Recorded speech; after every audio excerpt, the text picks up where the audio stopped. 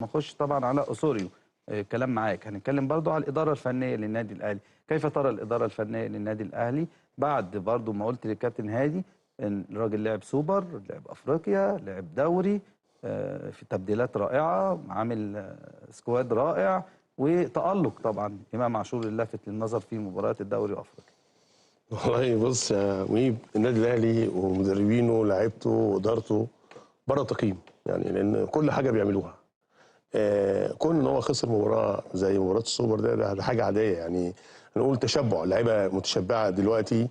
هنقول يعني هي مش حاله غرور من اللعيبه، لا هي حاله تشبع. اللعيبه دي كانت يعني كانت رايحه تلعب نهائي بطوله افريقيا، و90% من الشعب المصري بجمهور الاهلي بكل جمهور الدنيا فقد الامل. جابوا كاس وجم خلاص، هم متعودين ان هم بيكسبوا في اي وقت وفي اي لحظه وفي اي مكان.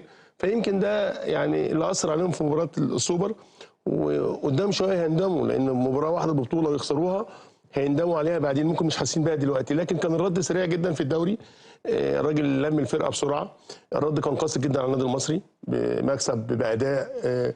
يعني لو جيت تختار مثلا نجم المباراه في مباراه زي كده هتحتار يا كابتن. ال11 الجهاز الفني، المدرب، عامل اوضه اللبس، كله يا كابتن سوبر. حظ المصري وحش ان هي كانت اول مباراه مع يعني بعد الهزيمه كمان، يعني بعد يعني ده النادي الاهلي طلع يعني الغل. علي ماهر، لان علي ماهر مدرب كبير قوي ومعاه فرقه كبيره، مدرب مميز ومعاه فرقه كبيره، فهو حظه وحش جدا ان اول مباراه للنادي الاهلي بعد الخساره بالظبط السوبر، فكان وطرد باهر المحمدي. لا يعني الظروف كانت صعبه. اعتقد لو النادي الاهلي كان خد البطوله دي كان وضع مباراه المصري ما كانش يبقى كده، بس ده ما يقللش من امكانيات علي ماهر خالص. يعني بره التقييم لان بيعمل كل حاجه. يعني دلوقتي النادي الاهلي لما بيحب يكسب بيكسب، وما بيحب في الدقيقه المعينه يحب يجيب لعيب بيجيب لعيب، يحب يجيب مدرب اللي بيقوله بيعمله. فملك الفتره دي النادي الاهلي ملك، وبيتحكم في الكره المصريه. منظومه ولا افراد ولا جهاز فني ولا كل حاجه؟ كله. يعني منظومه متكامله. يعني انت عاجبك النادي الاهلي قوي قوي من زمان. احنا بنتكلم يعني في الطريقه بتاعت النادي الاهلي. مجلس اداره في تعامله مع الجهاز الفني مع اللعيبه مع كل حاجه، كل واحد له دور يا كابتن عارفه بقى، يعني اداره متناغمه زي ما بيقولوا. يعني طيب اسوريو هل قادر ان هو يفوز على ارتا سولار في مباراه العوده؟ هل الزمالك هيعمل ايه هيعمل ايه السنه دي بقى؟ هيعمل ايه السنه دي؟ هيعمل ايه السنه دي؟ بص ناخدها خطوه خطوه. ماشي. بص، هي مباراه سهله وصعبه ان يعني هو مش ده نادي الزمالك اللي احنا متعودين عليه يا كابتن هادي، بسبب المشاكل والظروف الغير طبيعيه اللي هو بيمر بيها.